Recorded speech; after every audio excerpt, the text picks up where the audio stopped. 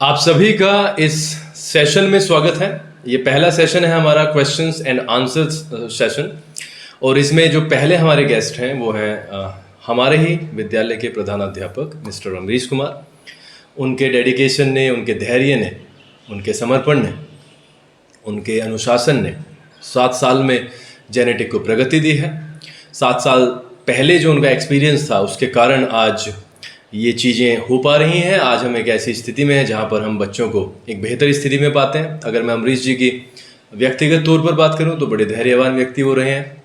उनके अपने अपने गुण हैं और वो गुण यहाँ पर बच्चों के सामने भी झलकते हैं। पहला जो हमारा प्रोग्राम था वह यह था कि हम कुछ इस तरीके के वीडियोस बनाएंगे जो बच्चों के लिए लाभदायक हों। लेकिन आज बिना किसी प्री प्लानिंग के आज हमारे दिमाग में यही आया कि क्यों ना एक सेशन रखा जाए जिसमें प्रश्न होंगे और जिसमें उत्तर होंगे। और पहले गेस्ट के रूप में हमने डिसाइड किया है कि हमारे ही प्रधानाध्यापक इसकी शुरुआत करेंगे। तो हमारे सबके बीच में आज हमारे प्रधानाध्यापक श्री अमरीश कुमार जी हैं और वो हमारे सारे क्वेश्चंस का आंसर देंगे। और क्वेश्चंस भी हमारे पास में कोई इस तरीके से लिखे हुए नहीं हैं कि पहले ही इसमें प्लानिंग कर लिया गया है, उसके आंसर्स भी हमने लिख लिए हैं, ऐसा नहीं है। यहाँ पर क्वेश्चंस, जेन्युइन क्वेश्चंस पूछे जाएंगे शिक्षा से संबंधित, और बच्चों के लिए जो लाभकारी होगा वो यहाँ पर किया जाएगा। तो सबसे पहले तो मैं आपको यह बताना चाहूँगा कि सबसे पहले मैं स्वागत करता हूँ मिस्टर अमरीश कुमार जी का, जो कि हमारे प्रधानाध्यापक हैं और जिनके कारण आज हम इस स्थिति में हैं। सभी को हाथ जोड़कर बहुत बहुत नमस्कार। दीपक जी ने ये जो आज मौका दिया है बोलने का, कुछ प्रश्न के आंसर्स करने का, ये बहुत ही एक मेरे लिए प्रसन्नता का विषय है कि मैं कुछ प्रश्नों के उत्तर देने के लायक उन्होंने मुझे यहाँ पर समझा। तो मैं धन्यवाद करता हूँ मिस्टर दीपक का कि उन्होंने मुझे इस तरीके का यहाँ पर बोलने का मौका दिया। ठीक है अमरीश जी से पहला क्वेश्चन जो हम करेंगे, और ये कुछ इस तरीके का बहुत बड़ा प्रोग्राम नहीं होने वाला है। इसमें जैसे हम जनरल लेवल पर बात करते हैं उसी तरीके से बात होंगी, क्योंकि पहला प्रोग्राम है और हम किसी की भी नकल नहीं करना चाहते हैं। तो हमारे क्वेश्चंस ऐसे ही रो तरीके से जाएंगे और आपको शायद अच्छा लगेगा, क्योंकि इसमें कुछ किसी तरीके का प्रपंच नहीं होगा, किसी तरीके का खेल नहीं होगा। मेरे सीधे क्वेश्चंस होंगे अमरीश जी से, बिल्कुल ईमानदारी के साथ मैं क्वेश्चन करूंगा। और मैं पूरी उम्मीद करता हूं और मुझे पूरा विश्वास है कि अमरीश जी भी उन क्वेश्चंस का आंसर उसी तरीके से, उसी ईमानदारी के साथ में दे देंगे। तो सबसे पहला क्वेश्चन अमरीश जी आपसे है कि जिस तरीके से लॉकडाउन सिचुएशन पिछले 1-1.5 साल में रही है, और मेरे विचार से और सभी के विचार से एक विद्यालय में जो प्रिंसिपल होता है वो रीढ़ की हड्डी होता है, उसके बिना और उसी के साथ में सारी चीज़ें चलती हैं। तो इस तरीके से आप जो 1.5 साल का ये पीरियड रहा है, जो अवधि रही है, उसमें बच्चों में हानियां तो हुई हैं, ये तो हम सभी जानते हैं। उन हानियों को, उन त्रुटियों को आप किस तरीके से दूर करने वाले हैं? क्योंकि जेनेटिक का एक ऐसा इतिहास रहा है कि वो किसी भी बच्चे को छोड़ना नहीं चाहता है, वो अपने साथ में आगे लेकर के बढ़ेगा। और चैलेंजेस बहुत हैं, जैसे कि हम पिछले दिनों से देख पा रहे हैं। तो उस तरीके से आपके मन में क्या विचार हैं और किस तरीके से आप योजना बना रहे हैं उन बच्चों को उस लेवल पर लेके जाने की? जैसे दीपक जी, मेरा मानना है जो विद्यालय का काम है, प्रिंसिपल के साथ साथ सारा जो स्टाफ, टीचर्स हैं, जो मैनेजमेंट है, वो सभी मिलकर के काम करते हैं। जो बच्चों का, जैसे कि सभी को पता है लॉकडाउन की सिचुएशन थी, उसमें बच्चों का स्पेशली जो उनकी शिक्षा है उसका बड़ा नुकसान हुआ। इससे कोई भी ऐसा व्यक्ति नहीं है जो इसे ना जानता हो। अब हमारे लिए यहाँ पर एक चैलेंज उत्पन्न हो जाता है कि बच्चों को किस प्रकार से उसी ट्रैक पर लाया जाए जहाँ से उन्होंने छोड़ा था, या उससे किस प्रकार से आगे ले जाया जाए जिससे कि स्कूल का नाम हो और बच्चे जो सही एजुकेशन, सही ट्रैक पर जा सके। इसके लिए मेरा मानना है कि बच्चों की जो भी चीज़ें पिछली क्लासेस में छूटी हुई हैं, जैसे पिछले 2 साल, 1.5-2 साल का नुकसान हुआ है, तो उसकी भरपाई किस प्रकार से की जाए, उसका सबसे बड़ा एक ही साधन हमारे पास है, एक्स्ट्रा क्लासेस दे करके बच्चे को उन प्रॉब्लम से आगे ले जाने का काम किया जा सकता है।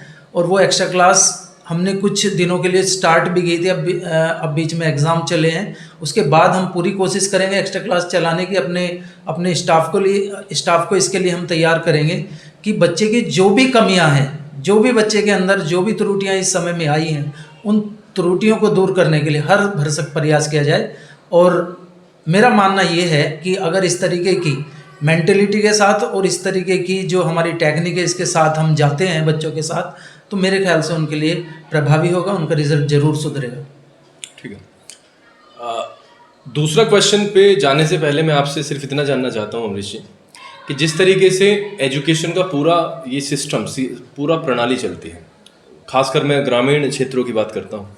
शहरी क्षेत्रों में आप देखते ही होंगे कि ज़्यादा जागरूकता होती है, अधिक जागरूकता होती है, लेकिन ग्रामीण क्षेत्रों में उस हिसाब से जागरूकता नहीं होती है एजुकेशन के मामले में। एजुकेशन को अभी भी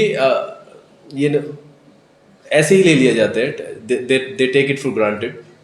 लेकिन हम सभी को पता है कि एजुकेशन का रोल हमारे जीवन में कितना बड़े लेवल पर काम करता है और कितना बड़ी भूमिका में वो हमारे अंदर भी होता है, हमारी लाइफ में होता है। एक टीचर होने के नाते, एक प्रधानाध्यापक होने के नाते, जब आप देखो, हर प्रधानाध्यापक और हर विद्यालय, हर टीचर अपने बच्चे का रिजल्ट उच्च स्तर पर ले जाना चाहता है, ये सत्य है, इसमें कोई भी शंका वाली बात नहीं है।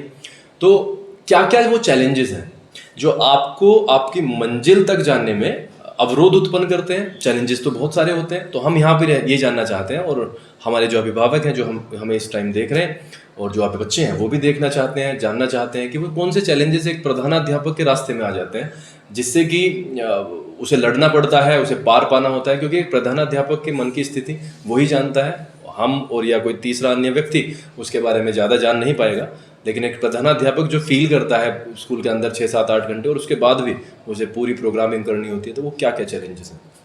मेरे विचार से जो ग्रामीण क्षेत्र है, ग्रामीण क्षेत्रों के जो बच्चे हैं उनमें बहुत सारी समस्याएं आती हैं हमें यहाँ पर टैकल करने में। सबसे बड़ी यहाँ पर जो समस्या है, एक तो जो गार्जियंस हैं उनका सहयोग बहुत ही कम हमें मिल पाता है, और बच्चे का रिजल्ट आने में सबसे बड़ा जो अवरोध हम यहाँ पर देखते हैं वो बच्चे की उपस्थिति है। बच्चे का लगातार अनुपस्थित रहना रिजल्ट में एक सबसे बड़ी बाधा मेरे विचार से यहाँ पर हो सकता है। अगर बच्चा रेगुलरली क्लास को ज्वाइन करता है और जो भी चीज़ें उन्हें सिखाई जाती हैं क्लासरूम में, उन्हें डे बाय डे वो करता रहता है, तो मेरे विचार से बच्चों के लिए एक बहुत ही फ़ायदेमंद चीज़ हो जाएगी। तो मेरा सभी गार्जियन से यही यहाँ से कहना है कि वे अपने बच्चों को किसी भी प्रकार से उसकी अनुपस्थिति पर रोक लगाए, बच्चे को उपस्थित होने के लिए, प्रेजेंट होने के लिए स्कूल में उसे प्रेरित करें, जिससे कि बच्चों के रिजल्ट को हम पूरी कोशिश करके यहाँ से सुधार सकेंगे। इसके अलावा भी बहुत सारे चैलेंजेस हैं। जो यहाँ से वर्क दिया जाता है स्कूल के लेवल पर, बच्चों को बहुत सारा वर्क मिलता है, हर पीरियड में कुछ ना कुछ वर्क मिलता है, कभी कभी होता है नहीं मिल पाता, वो रीडिंग वाला पोर्शन होता है स्कूल के लेवल पर, लेकिन बच्चा उस जो डेली बेस का जो वर्क है उनका उसी में पिछड़ जाता है, जिसका एक बहुत बड़ा प्रभाव ये होता है कि बच्चे का काम न पूरा होने की वजह से बच्चा रिजल्ट में भी, जो उनके एग्ज़ाम होते हैं उसके रिजल्ट में भी सीधे सीधे पिछड़ा हुआ देखा जाता है। तो बच्चे का सबसे बड़ा चैलेंज ये भी है कि बच्चा समय से अपना वर्क पूरा करे और उसकी तैयारी करे घर पर बैठकर। ठीक है, आपने एक्स्ट्रा क्लास का जिक्र किया। आप एक्स्ट्रा क्लास को, जो अतिरिक्त कक्षाएं जेनेटिक चलाता है, उसको कितना प्रभावी मानते हैं? मेरे विचार से ऐसा कोई भी स्कूल नहीं है पूरा एरिया में मैं देखता हूँ कि एक्स्ट्रा क्लासेस वहाँ पर फ्री ऑफ कॉस्ट दी जाएं। एक ऐसा एकमात्र स्कूल जेनेटिक ही है जो फ्री ऑफ कॉस्ट बच्चों को एक्स्ट्रा क्लास देता है, और एक्स्ट्रा क्लास का इतना ज़्यादा प्रभाव यहाँ पर देखने को मिलता है। बच्चे की जो छोटी छोटी कमजोरियाँ हैं, चाहे वो मैथ में हो, चाहे इंग्लिश ग्रामर में हो, चाहे इंग्लिश बोलने में हो, वो सभी छोटी छोटी कमजोरियाँ एक्स्ट्रा क्लास की वजह से दूर हो जाती हैं, और बच्चों का जो भी वहाँ पर कमियाँ रहती हैं स्कूल के क्लासेस के लेवल पर, वो सारी कमियाँ यहाँ से बड़ी आसानी से दूर हो जाती हैं, और बच्चे उस ट्रैक से भी ज़्यादा, मैं जैसा समझता हूँ, उस ट्रैक जो क्लास का उसका सिलेबस है उससे भी ज़्यादा करने की कोशिश करते हैं, और वो बहुत ही ज़्यादा प्रभावशाली हैं। इसमें कहने में मैं बिल्कुल भी नहीं हिचकिचाऊँगा। ठीक है, जेनेटिक पब्लिक स्कूल की अगर हम बात करें तो 13 क्लास कंडक्ट कराता है जेनेटिक पब्लिक स्कूल। आप इन 13 क्लासेस में एक या दो क्लास ऐसी बताइए जो सबसे ज़्यादा चैलेंज आपको प्रस्तुत करती हैं, सबसे ज़्यादा चैलेंजिंग क्लास हैं, सबसे ज़्यादा आपको दिक्कतें आती हैं, तो वो कौन सी क्लास है? जैसा हम हर वर्ष महसूस करते हैं, कक्षा यूकेजी से जो क्लास फर्स्ट में जो कक्षा आती है वो सबसे ज़्यादा चैलेंजिंग मेरे विचार से है।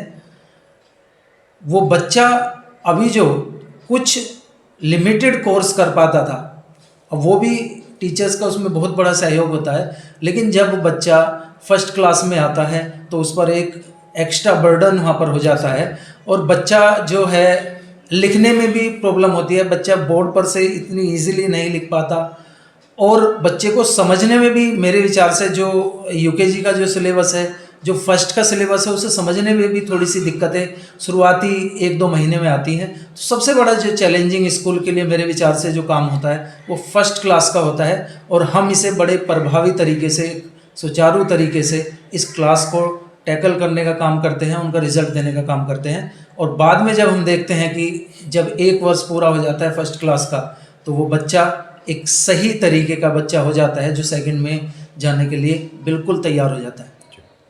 ठीक है, इससे थोड़ा सा हटके मैं आपसे जानना चाहूँगा 2014, 1 अप्रैल 2014 वो ऐतिहासिक दिन था जब जेनेटिक का पहला दिन था, और 7 साल हो गए हैं। बहुत चैलेंजेस आए, बहुत स्ट्रगल्स हुए, लेकिन कहीं ना कहीं किसी ना किसी लेवल पर हम यह सोच पाते हैं कि हम इतने लक्की हैं कि हमें यह मौका दिया भगवान ने, और आपको यहाँ पर 7 साल से आपने प्रधानाध्यापक के रूप में जो योगदान दिया है वो अटूट है, वो शायद ही कोई दे। आप व्यक्तिगत रूप से इस जर्नी को किस तरीके से देखते हैं? मेरे लिए जो 7 साल का जो इतिहास है जेनेटिक में काम करने का, वो बेहद ही सुखद पूर्ण है। उतार चढ़ाव तो देखो कहीं भी व्यक्ति काम करेगा, उतार चढ़ाव तो निश्चित है, लेकिन जो अनुभव रहा, गार्जियंस यहाँ के बहुत ही ज़्यादा सपोर्टिव हैं।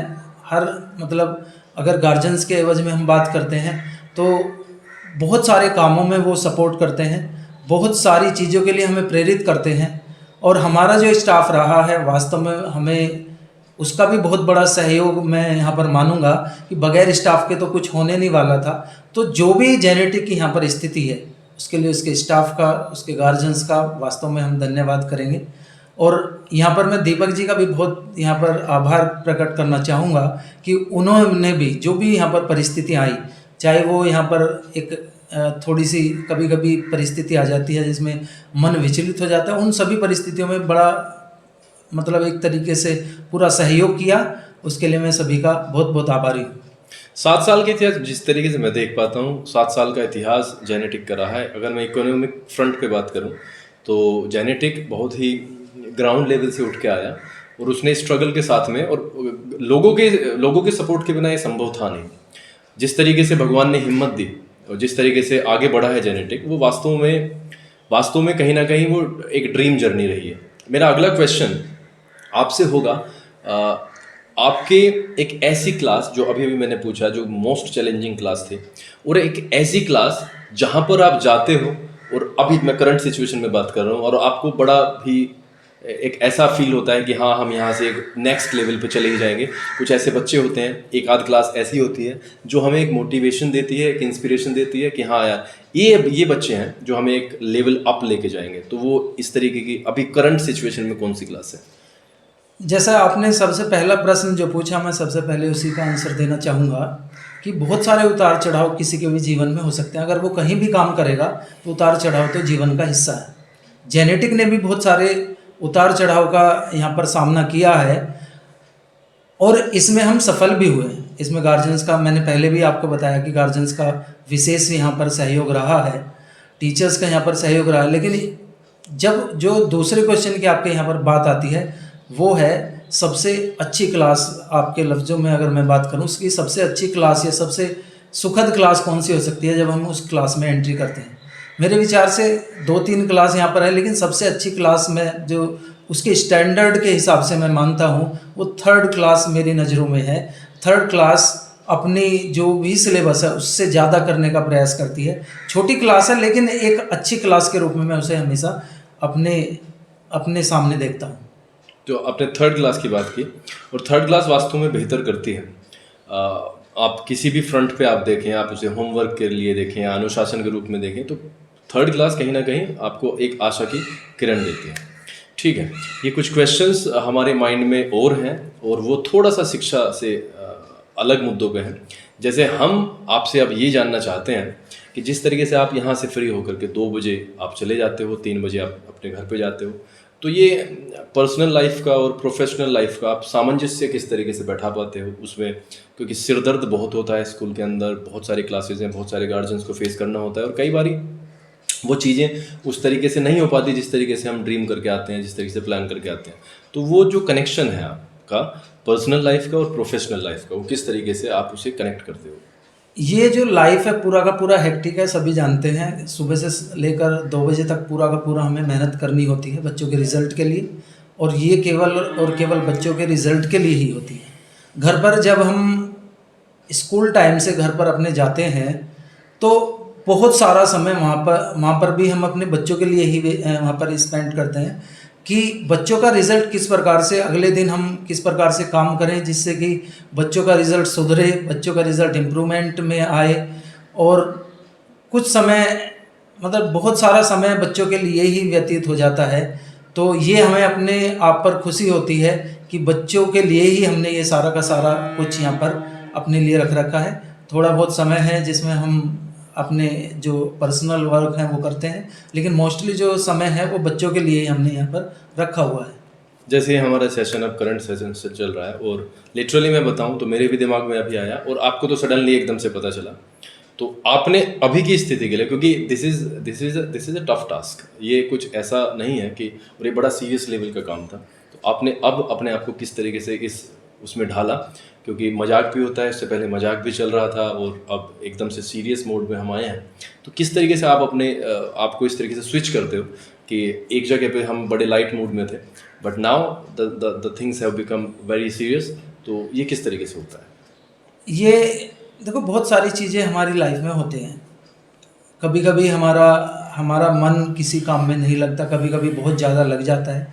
ये तो हमें अपने चरित्र में बैठाना पड़ता है, जो सामंजस्य है। कुछ गार्जियंस ऐसे भी आते हैं जो आपका जो पूरा का पूरा दिन है वो वेस्ट कर देते हैं, पूरा का पूरा समय उन्हीं के चक्कर में चला जाता है। लेकिन कुछ गार्जियंस इतने सपोर्टिव हैं, उन्हें ही देखकर हमारा मन जो है प्रसन्न हो जाता है। हमें महसूस होता है कि उन गार्जियंस के लिए जो हमारा यहाँ पर समय ख़राब करते हैं, उनके लिए उन गार्जियंस को क्यों हम दूसरे दर्जे में डाल दें। तो उन्हीं गार्जियंस के ऊपर, उन्हीं बच्चों के ऊपर हमारा ये वाला जो टाइम है, जैसे आपने मेरे से पूछा कि किस प्रकार से आप अपने आप को स्विच करते हैं, तो स्विच करने का यही है कि अपने आप को मोटिवेट करते हैं एक तरीके से। जो अच्छे गार्जियंस हैं वो हमें हमेशा मोटिवेट करते हैं, अच्छे बच्चे हैं वो हमें हमेशा मोटिवेट करते हैं कि क्यों ना बच्चों के लिए अच्छा काम किया जाए। पिछले 1.5 साल में एक वर्ड तो बहुत सारे सुने हैं, डिक्शनरी में हमने कभी सुने भी नहीं थे, लेकिन अब पिछले 1.5 साल में वो हमारे जीवन का हिस्सा हो गए हैं। उन्हीं में एक वर्ड है जो कि हमारे क्षेत्र से बिल्कुल रिलेट करता हुआ, वो है ऑनलाइन एजुकेशन। ऑनलाइन एजुकेशन को आप किस तरीके से देखते हैं और ऑफलाइन एजुकेशन और ऑनलाइन एजुकेशन में कितना अंतर है? ऑफलाइन एजुकेशन क्या कर सकती है, ऑनलाइन एजुकेशन क्या कर सकती है, इसके बारे में हम आपसे डिटेल में जानना चाहते हैं और आप 1 बाय 1 चीज़ों को जिस तरीके से आप डिस्क्राइब करना चाहते हैं उस तरीके से करें, ताकि हमारे अभिभावक ऑनलाइन एजुकेशन और ऑफलाइन एजुकेशन का फ़र्क समझ सकें।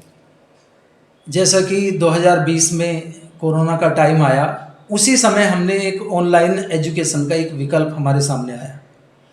कोई भी व्यक्ति इस वर्ड से ज़्यादा परिचित नहीं था। बड़े लेवल पर ये ऑनलाइन एजुकेशन का जो टर्म है वो यूज़ होता था। स्कूल के लेवल पर ये ऑनलाइन एजुकेशन का जो परिचय आया, इंट्रोडक्शन आया, वो पहली बार 2020 में आया और सभी हम सोच रहे थे कि ऑनलाइन एजुकेशन भी एक विकल्प हो सकता है पढ़ाई का।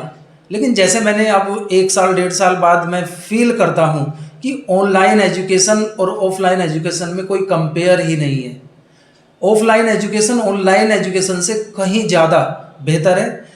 ऑनलाइन एजुकेशन में केवल बच्चा थोड़ा बहुत पढ़ाई का काम सीखता है, उसके अंदर एटिकेट्स की भावना, बच्चों के साथ रहने की जो भावना है, कैरेक्टर जो उसके चारित्रिक जो विकास होता है, जो मेंटली डेवलपमेंट होता है, वो सारा का सारा क्लास में होता है।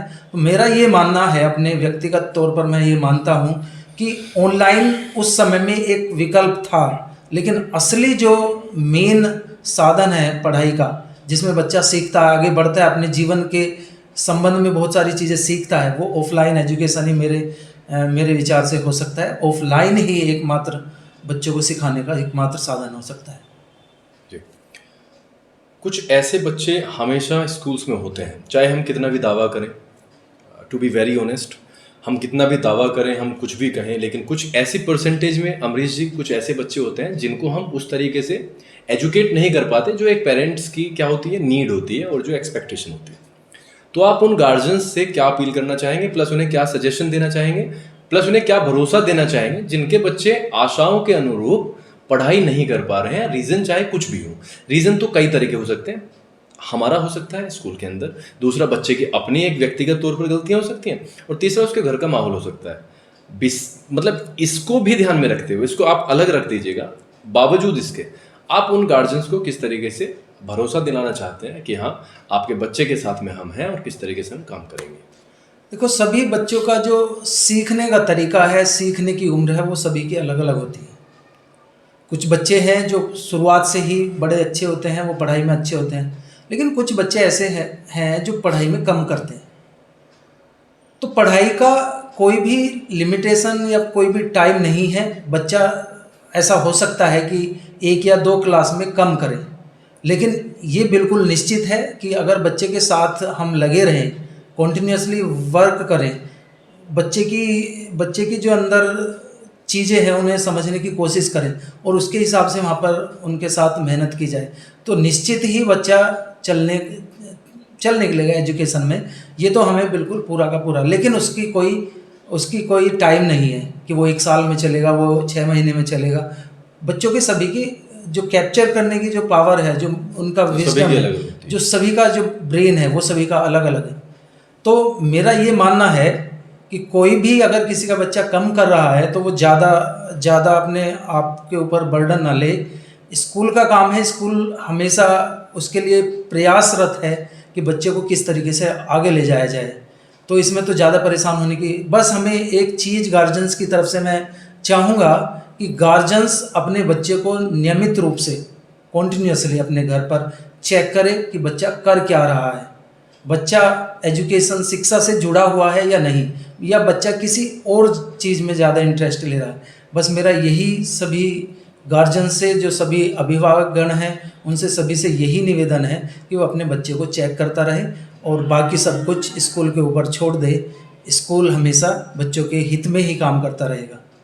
जी, 2020-21 का ये सेशन है, 2021-22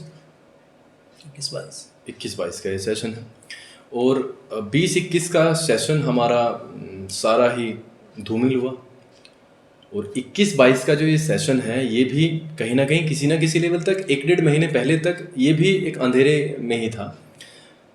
मैं आपसे 5 साल अगले का तो नहीं पूछना चाहता, बट मैं आपसे जानना चाहता हूँ कि 2022-23 तक जो सेशन हमारा 2022-23 का होगा और जो 21-22 का ये चल ही रहा है, इन 2 सेशंस के बाद आप जेनेटिक को किस स्तर पर देखते हैं?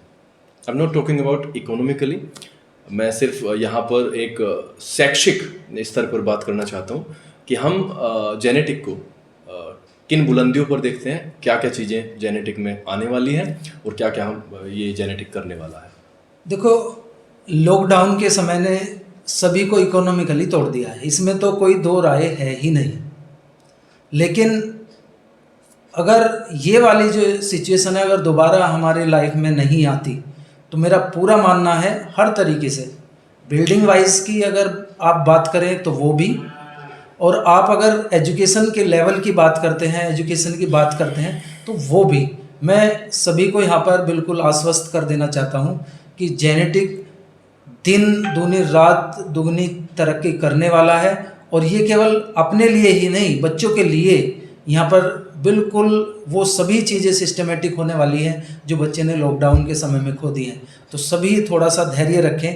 अगर ज़्यादा समय स्कूल को यहाँ पर मिलता है, लॉकडाउन की सिचुएशन दोबारा नहीं आती, तो हर तरीके से बच्चे के अंदर नई चीज़ें आने वाली हैं। और ऐसी बहुत सारी चीज़ें हैं जो हमारे माइंड में चल रही हैं और वो हम बच्चों के हित के लिए करना सोच रहे हैं। अब वो थोड़ा सा टेक्नोलॉजी का भी हम यूज़ करने की यहाँ पर सोच रहे हैं। नर्सरी LKG UKG के बच्चों को या 9th 10th के बच्चों को किस तरीके से उनके रिज़ल्ट को सुधारा जा सके। उसमें टेक्नोलॉजी का भी थोड़ा सा हम यहाँ पर सहारा लेने वाले हैं। तो अगले 2 जो वर्ष हैं जेनेटिक के लिए, वो बहुत ही ज़्यादा धमाकेदार होने वाले हैं। मैं यूज़ करूँगा शब्द को, तो इसमें कोई दो राय नहीं है। जैसे पहला हमारा ये एपिसोड है क्वेश्चंस एंड आंसर्स, इसके बारे में आपके क्या विचार हैं? कितना लाभकारी होगा बच्चों के लिए, कितना अभिभावकों के लिए? और ये मेरा लास्ट क्वेश्चन होने वाला है। इसके बाद में हम इस चीज़ को रैप अप करेंगे और फिर कुछ आगे के लिए बढ़ेंगे, आगे हम किस तरीके से बेहतरी के रास्ते पर जा सकते हैं। तो ये जो क्वेश्चन आंसर का सेशन है किस तरीके से प्रभावी हो सकता है? देखो, मेरे विचार से ये जो सेशन है, ये जैसा आज पहले ये हमने सोचा, इसके बारे में कोई प्रोग्रामिंग ही नहीं थी, और पहला जो सेशन है मेरे विचार से बहुत ही बेनिफिशियल होने वाला है हर बच्चे के लिए, हर गार्जियंस के लिए, और यहाँ तक कि स्कूल के लिए भी। तो इसमें कोई दो राय होनी ही नहीं चाहिए। ठीक है, तो ये था हमारा पहला क्वेश्चन एंड आंसर का सेशन। तो अमरीश जी ने बहुत ही ऑनेस्टी के साथ में हमारे बहुत सारे क्वेश्चंस के आंसर दिए हैं। क्वेश्चंस बहुत सारे हैं, लेकिन क्योंकि सेशन बहुत लंबा होने वाला है, लंबा हो भी गया है, तो इसे हमें यहाँ पर रैप अप करना पड़ेगा।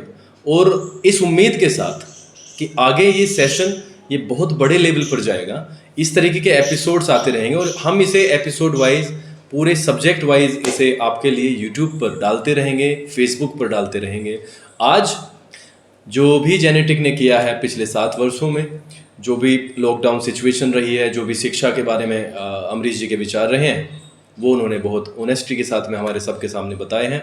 और उम्मीद हम ये करते हैं कि आने वाला समय बेहतर होगा। जैसा कि अमरीश जी ने जिक्र किया कि अगर लॉकडाउन जैसी सिचुएशन दोबारा नहीं होती है तो 21, 22 और 23 का सेशन जेनेटिक पब्लिक स्कूल के लिए धमाकेदार होने वाला है। और क्यों जेनेटिक पब्लिक स्कूल के लिए ही क्यों? क्योंकि वो बच्चों के लिए धमाकेदार होगा। क्योंकि अगर बच्चों के लिए धमाकेदार होगा तो जेनेटिक पब्लिक स्कूल के लिए अपने आप ही धमाकेदार हो जाएगा। जैसे कि मैंने बोला, शैक्षिक स्तर पर हम बात कर रहे हैं, और ये सिर्फ हम आपको ये क्लैरिफाई करना चाहते हैं, we are not talking about economically. Economic चीज़ों को हमने साइड रख दिया है, अब हमारे सामने बच्चे हैं, इनको हमें किस तरीके से आगे ले जाना है। अमरीश जी की सहायता से, अमरीश जी के धैर्य से ये चीज़ें संभव हुई हैं, और आगे भी हम बेहतरी के लिए प्रयास करेंगे। पहली एपिसोड आपको देखने के लिए हम आपको हार्दिक बधाइयाँ देते हैं, क्योंकि ऐसा प्रोग्राम हमारे जहन में नहीं था, बट ये भगवान की कृपा है, भगवान का आशीर्वाद है कि विश्वास देता है और आगे के लिए कुछ योजनाएं भी दे देता है, आगे के लिए कुछ पॉइंट्स भी दे देता है, और हम उसे अमल में लाने की कोशिश करते हैं। पहला एपिसोड है, आप सभी से रिक्वेस्ट करता हूँ हाथ जोड़कर कि हमें और बच्चों को आगे बढ़ने के लिए प्रेरित करें। आप इस चैनल को सब्सक्राइब करें, लाइक करें, और आने वाले दिनों में हम देखेगा ये जर्नी बहुत लंबी होगी। चैनल को सब्सक्राइब करें, लाइक करें और शेयर करें और करवाएं। आपका बहुत बहुत धन्यवाद इस सेशन में जुड़े रहने के लिए। आपके बिना यह यात्रा ऐसी होती नहीं जैसी अब है।